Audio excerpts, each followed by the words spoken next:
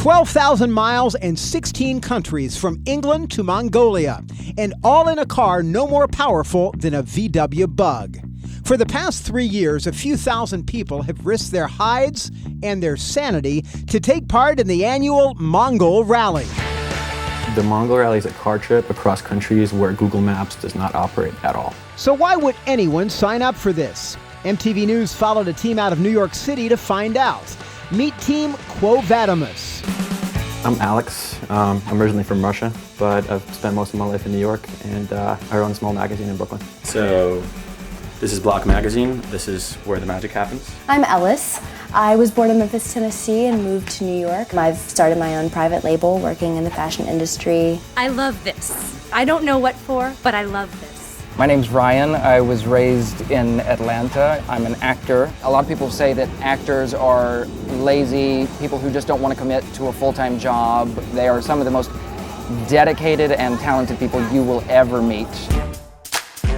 Friends for a couple of years now, the trio first bonded through rock climbing trips out of the city. Alex introduced me to rock climbing. I had done it once before, but just as a goof. Now we're kind of a close-knit climbing group. He plays it up and he, kind of over-exaggerates things. He's the comic relief. Alex is more of the coordinator. I'm like one of the boys. It's not that I'm treated differently. We just go out and we do our thing, and we just have an amazing dynamic doing it, the three of us. The rally raises nearly $500,000 for third world charities. But what exactly made Vadimus commit to the month-long drive from London to Ulaanbaatar? The thing that convinced me that I have to do this for sure was the fact that so many people weren't able to make it, that it's a challenge just to get there. There's something about it that is calling me. I need to do it for some reason. It's scary, but I guess that's the fun part of the rally. The whole point of the race is that there's no rules, there's no organization to it whatsoever, so we're pretty much, it's up to us to figure out how we're gonna go. For their ambitious southern route passing through Iran and Turkmenistan, with plans to rock climb along the way, the team settled on a used Honda they found on Craigslist. I don't really know anything about cars. I'm picking it up and I'm learning as much as I can. So what's this thing? The thing's called a clutch. I need to know what I'm dealing with. The countries that we're traveling through are a lot of times not very receptive to Americans. I'm really looking forward to going through Iran. I think because everyone, so many of the Westerners that I know, so many people that I've talked to have such a preconceived notion about who those people are and what it's like over there. I'm very nervous about Iran, but rightly so. I need to cover myself and, kind of get with the customs there because it's the law. And I want to respect that, and I want to respect the people that we pass. Cheers. I might make an Ellis Dixon burqa. Oh. I figure we're gonna break down enough times where people are gonna be like, stupid Americans, what are you doing here? So we're on the plane. This is illegal. They've arrived in London and they're all set to go.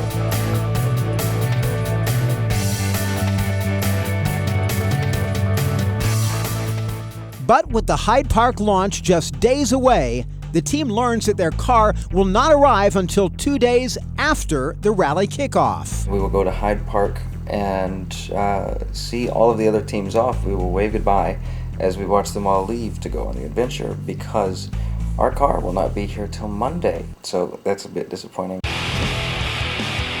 For Team Skip Lizard, come all the way from Texas here. First ever Texas team. Our car actually just broke down today, so.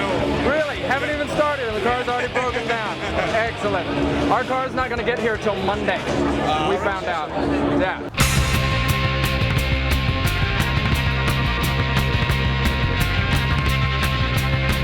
Got our stickers with no car to freaking put them on.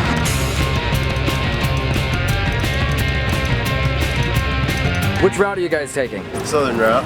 Cross the Caspian, not through Iran. We're not as brave.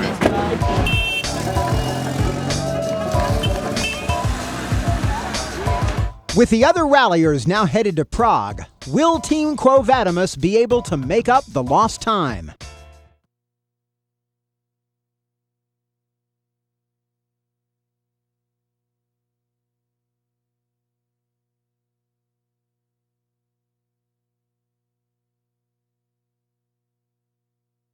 Team Quo Vadimus, Alex, Ellis, and Ryan have hit London for the Mongol Rally.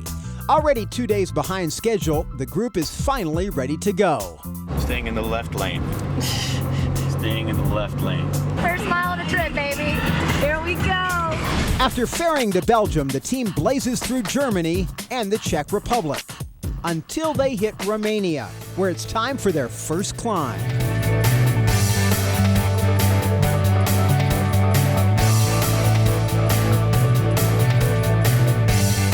We've been getting along really well. Every now and then we've had some tensions among us, but I think that's to be expected. Alex doesn't feel like speaking today. All right, start a fight with me then. Can I punch him from back here?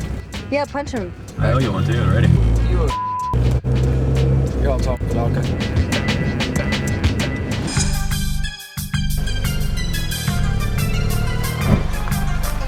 10 kilometers? 10 kilometers. Not only were we fortunate enough to find a place that we could afford for the night so we can get a shower, but we also found this. We have caught up with our fellow Mongol ralliers. Unlike most of the rally teams, Quo Vadimus made the controversial decision to travel through Iran. And with that country now in their sights, the crew stops to help Ellis shop for a hijab to keep her covered. It has to be thick. I don't want it to be thick. Does it really have to be thick? It's not thick. That's not bad. You want to wear it in 100-degree heat? What has to be thick? What are you doing? Going to Iran, boys.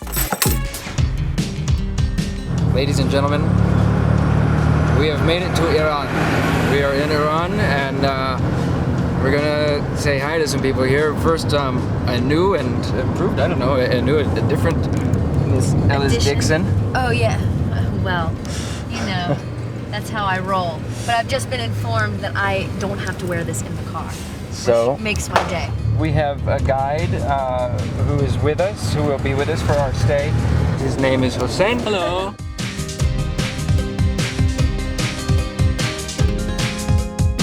See you in the morning.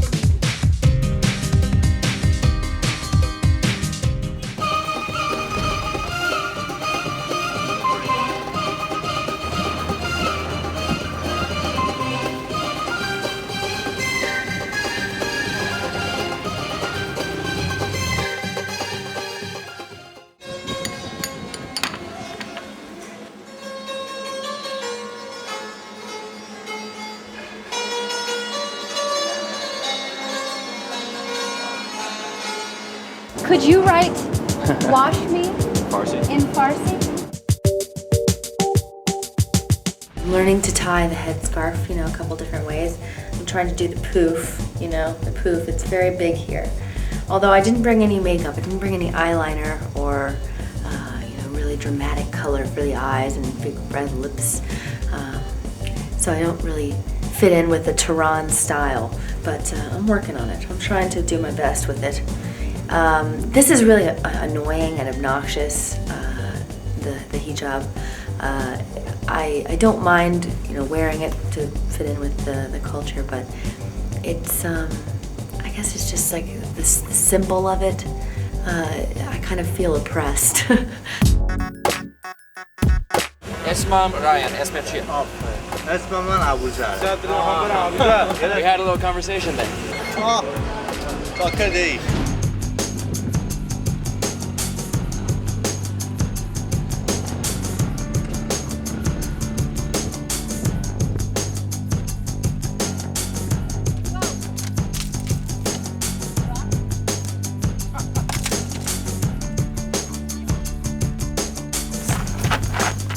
Very nice to meet you.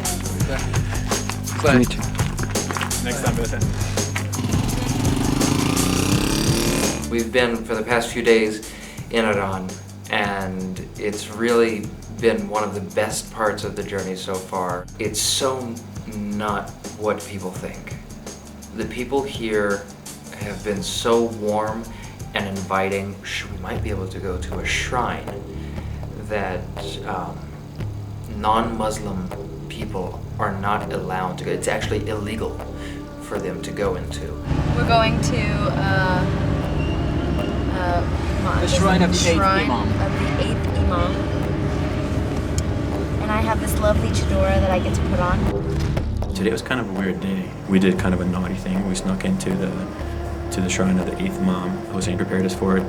But it's basically saying that don't say anything, try to act very modest, don't laugh, don't smile. It does feel like a hall of mirrors a little bit. It's very crowded, and people start chanting randomly.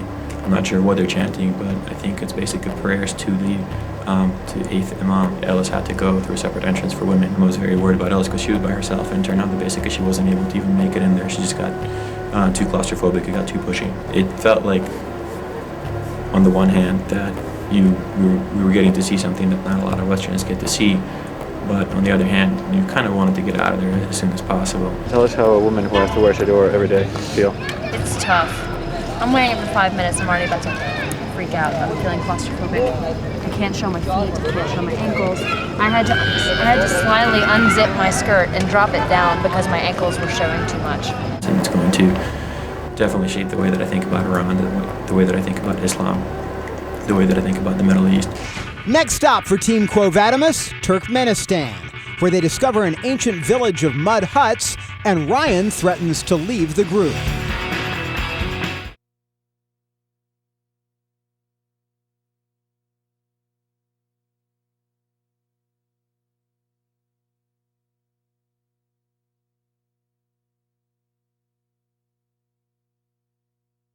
After a surprising experience in Iran, Team Quo Vadimus forges ahead to Turkmenistan, where they check into the worst hotel yet.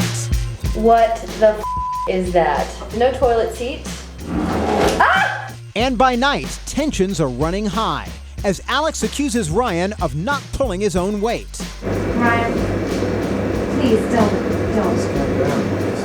Alex, no, seriously. Ryan. Don't leave. I try to be very cool about it. The man has not done anything. He's clueless. He's a dumb block. I don't know where he's gonna go.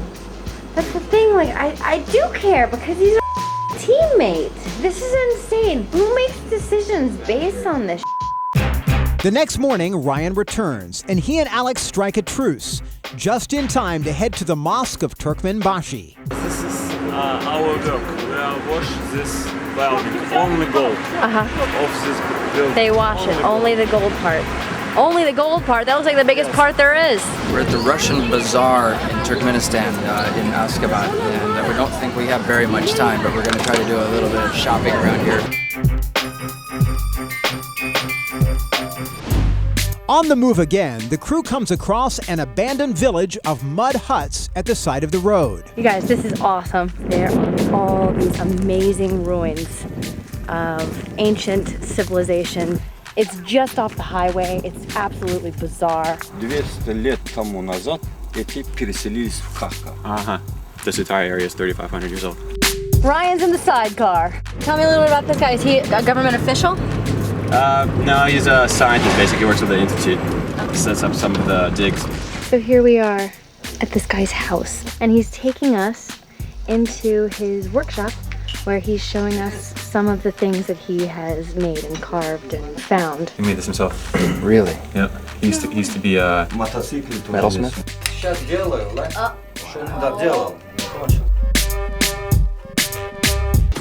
Driving through Uzbekistan, Ryan hits a bump in the road and crashes into a concrete divider.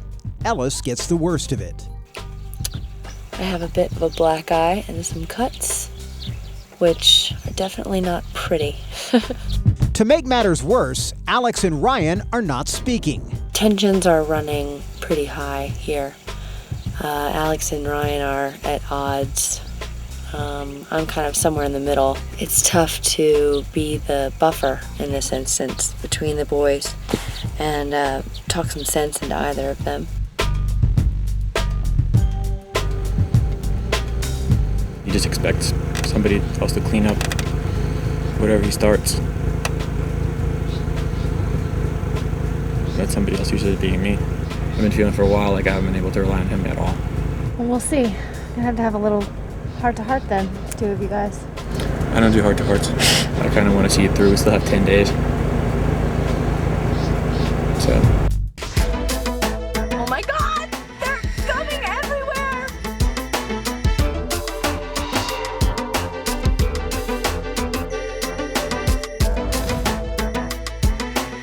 Ryan is swimming like a girl. Do your best Baywatch. What are you doing right now? I'm about to overtake the Italians. And why? Because we don't like them.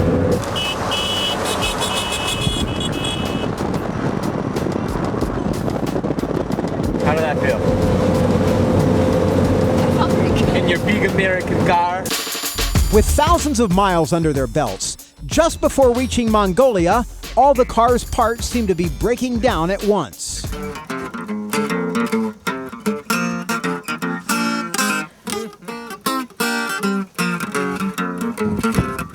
know the situation doesn't look good. We're running out of time, we're running out of money, and we don't have another big town before we hit Mongolia. Ask him if I can see his boots.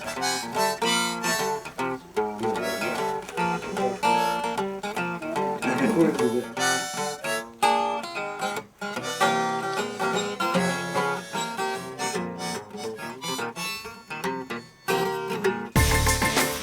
on our way to Mongolia. Why? Why? Because it's there. Because they fixed our car. They made miracles. Next up, will the team be able to tackle the Gobi Desert?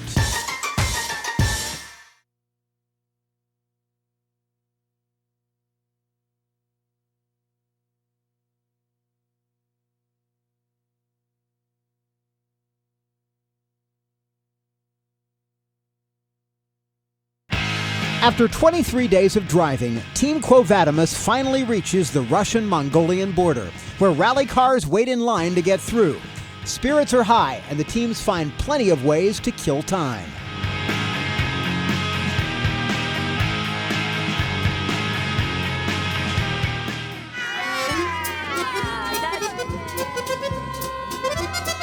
We're finally moving. Show what? Make sure the kid's out of the way. А где маленький? Маленький где? It's Mongolia, baby!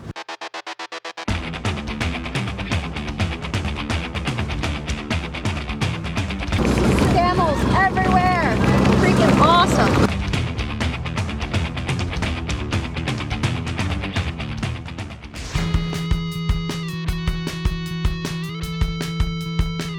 The crew stops at a Mongolian Ger village run by the Christina Noble Children's Foundation, one of the charities behind the rally. The rally supports the 44 kids here, all of whom were either orphaned or abused, rescued from the streets of Ulaanbaatar. It's $24 a month to sponsor the child, and we have a waiting list of almost 600. So we're looking for sponsors. Hi. Hello. This is Otkun Bayer. She's 70 and she's with us 4 years now. Hello. A very talented child, and she's just got first place in her school. Oh, that's a good hand. You're gonna win. Each gear has a gear mother. Uh-huh. And the gear mother is a homeless woman that we'd have taken in and given the job to. And she will raise the family then in as near as we can get to a normal family situation and a traditional Mongolian lifestyle. Very nice. We have a scary monkey here. Say hi, scary monkey. Each child has its own horror story. This is Mongol, whose mom was trying to kill her. She smiles now, but for the first 6 months she didn't smile. This has saved the lives of so many children, this place.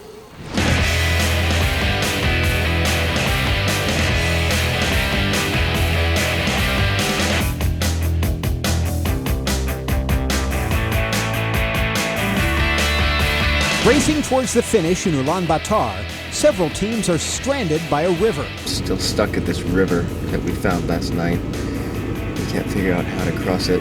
Got 12, 13 hours to do 800 kilometers. Think we do? Sure, we've done it before.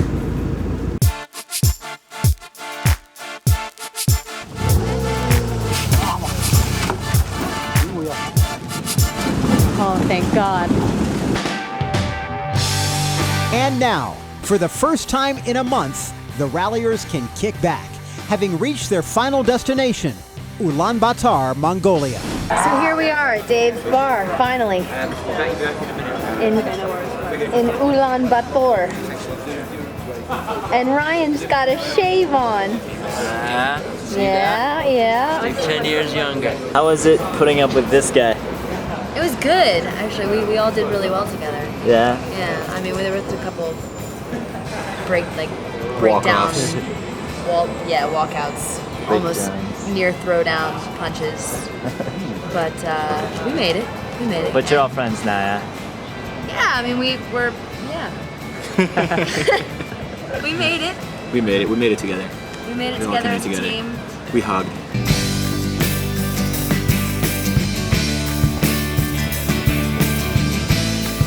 4 weeks and 16 countries later, it's time for one last climb before returning to the States. It was an amazing adventure. I hope to be making many more trips just all over the world. There's so much to see.